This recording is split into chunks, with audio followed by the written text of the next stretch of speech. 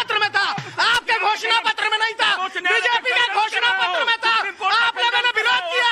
BJP के घोषणा पत्र में था 370 राम मंदिर, आप बिल्कुल नहीं चलेगा। बीजेपी के घोषणा पत्र में था, बीजेपी के घोषणा पत्र में था, बिल्कुल घंटा नहीं चलेगा। आपके सुप्रीम कोर्ट 140 आपके घोषणा पत्र में अनुवाद भी है। बिल्कुल, हाँ, घोषणा पत्र अनुवाद भी है। नहीं, आपके कहीं से नहीं हो रहा। संविधान खत्म करने वाले, ये देश अगर चलेगा तो हिंदुस्तान के संविधान से चलेगा। इनकी औकात नहीं संविधान से चल रहा है। देश संविधान से चल रहा है। देश संविधान से चलेगा, लेकिन सृष्टि किससे चल रही है भाई साहब?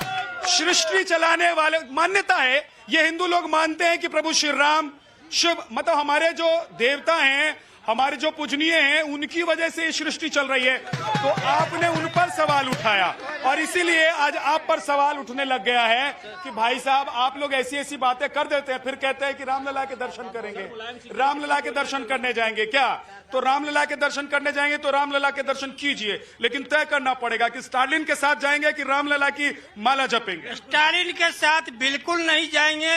जो सनातन का विरोध करेगा वो किसी पार्टी का नेता हो, उसका हर हिंदुस्तानी विरोध करेगा। क्या सर जी, मैं एक बात आपसे कई दिन से, सॉरी काफी देर से बोल रहा हूँ। राहुल गांधी जी की आप बात कर रहे थे। राहुल गांधी के दादा का नाम क्या है, मेरे को ये बताना है। राहुल गांधी के दादा का नाम क्या है? ठीक है, राहुल गांधी के दादा का नाम क्या है पूछने के लिए यहाँ छोड़ना है? मैं बोल रहा हूँ कि जब ताला खुली थी तो यही समाजवादी क्या नारा लगाए थे कि मिले मिलायम काशी राम, हवा में उड़ गए जय श्री राम। तो आप सुन लो समाजवादियों कि का मुलायम काशी राम, सब बोलेंगे जय श्री राम। क्या ऐसा ही है? बिल्कुल ऐसा ही है जी, ऐसा ही है। क्या है? बिल्कुल है। कांग्रेस मुक्त हो जाएगा इस बार, बिल्कुल मुक्त हो जाएगा इस बार। राहुल गांधी क्या मुक्त हो जाएगा? कांग्रेस मुक्त क्या हो जाएगा? कांग्रेस मुक्त देश खत्म नहीं, कांग्रेस खत्म हो जाएगा इस बार। कांग्रेस खत्म हो जाए, विपक्ष में कौन रहेगा फिर? विपक्ष में रहेगा, क्या कहते हैं, विपक्ष में रहने लायक कोई है ही नहीं है। जो क्या बोलता है, विपक्ष में कोई तो रहेगा।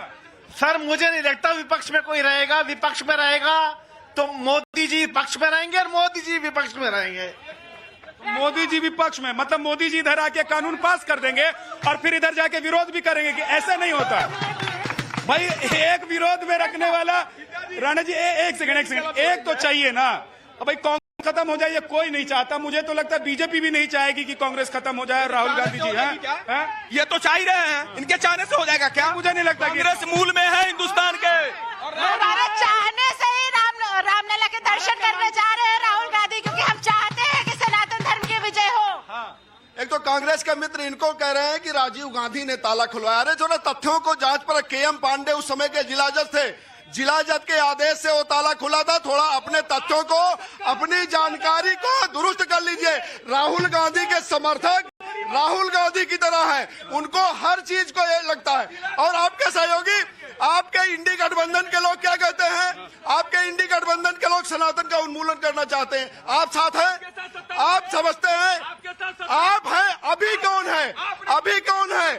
आप बनाई इन्होंने डीएमके के साथ सरकार बनाई थी, नहीं बनाई थी बोले अभी इन्होंने करुणानिधि के और पेरियार के ही आगे, पेरियार के आज कौन है? पेरियार के पर करुणानिधि चलते थे और ये उनके साथ गठबंधन में। इनकी सोच यही है। प्रभात भाई, अगर बीजेपी की सोच अगर गलत है तो आपकी भी सोच गलत दिशा में जाएगी। आईना दिखाना पड़ेगा, आईना दिखाना। अरे अगर बीजेपी गलत जा रही तो कहेंगे हम भी जाएंगे क्योंकि बीजेपी गई थी।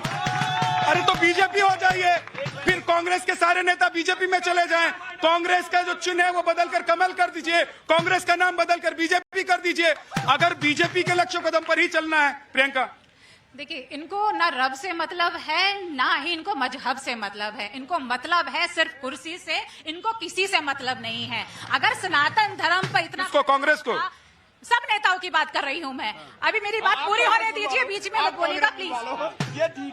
अगर सनातन धर्म पे इतना खतरा होता तो आप महाराणा प्रताप का सेनापति मुसलमान नहीं होता और ना अकबर का सेनापति हिंदू होता। अब आप मेरी बात सुनिए, आप सिर्फ हिंदू मुस्लिम को बांटने की बात करते हो। आप कहते हो आज सिर्फ सारे हिंदू हैं, कोई धर्म नहीं है, कोई वर्ग नहीं है, कोई जाति नहीं है। तो फिर वो किसने कहा था कि हनुमान हनुमान जी की जाति दलित है, ये किसने कहा था? क्या याद है आपको?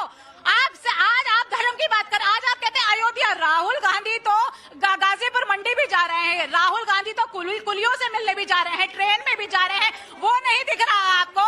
लेकिन आपको घबराहट, इतने पैसे क्यों खर्च किए जा रहे हैं राहुल गांधी के अगेंस्ट में पब्लिसिटी के लिए? क्या मैं पूछ रहा हूं कि योगी जी और मोदी जी ने सभी को बता दिया है कि बिना रामलला के दर्शन किए कुछ नहीं मिलने वाला है? ऐसा हो गया क्या दुबे जी? देखिए, जो राम का नहीं वो किसी काम का नहीं, सबसे बड़ी बात। अब दूसरी बात यह है, हमारी बहन को बड़े अच्छे अच्छे नाम तो याद है, लेकिन औरंगजेब और बाबर याद नहीं है। इसी राम मंदिर को बाबर ने तोड़ा था, इसी मंदिर को बाबर ने तोड़ा था। मंदिर बाबर की, मंदिर को तोड़ने वाला बाबर था। आपको याद नहीं है बाबर कौन था? ये वो लोग हैं।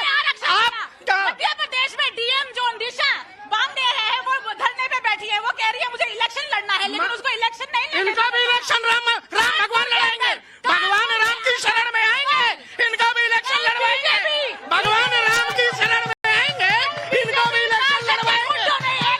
राम मंदिर का चंदे का हिसाब दोगे?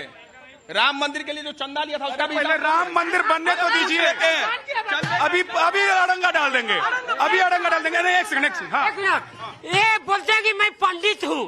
राहुल गांधी, आधा कश्मीरियों को मार दिया गया, आधा कश्मीरियों को मुसलमान बना दिया गया, ये कैसा पंडित है? और यहाँ पर जवाहरलाल नेहरू देखिए, बाबर रोड बनाया है, हुमायूं रोड बनाया, अकबर रोड बनाया, ये कैसा पंडित है?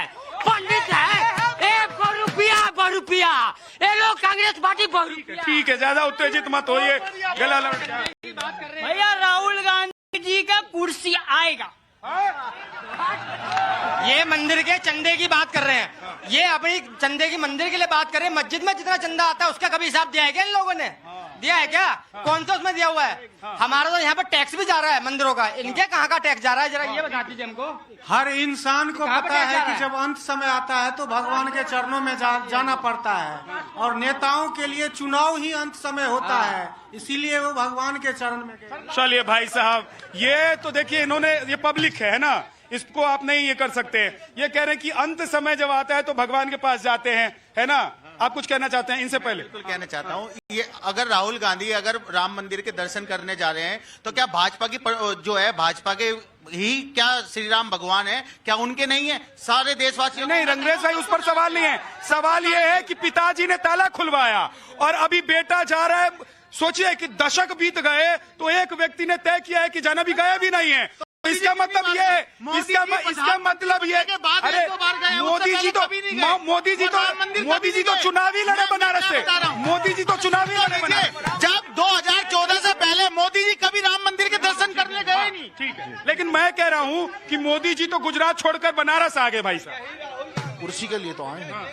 अरे जीते तो वहां से भी थे ना। अरे भाई, कुर्सी के लिए तो आए हैं, वहां से क्यों नहीं लड़े? नहीं, जीते तो गुजरात से भी थे भाई। यूपी में इतने एक से एक काबिल नेता है, तो अपने वहां एक काबिल नेता मोदी जी के सामने मैं बनारस में क्यों नहीं खड़ा हो जाता लड़ने के लिए, और जीत के क्यों नहीं दिखा देता? जीतेंगे, इस बार जीतेंगे, अगले जी उतर, बिल्कुल इस बार जीतेंगे, अगले जी इस बार उतर जाएंगे। एक सेकंड रुक जाइए, एक सेकंड। कोर्ट के ऊपर जनेऊ पहनने वाले इन काल नेमियों को ना सनातनी अच्छे से पहचान चुके हैं, और ये काल नेमियों के रूप में तो देश विरोधी भी हैं।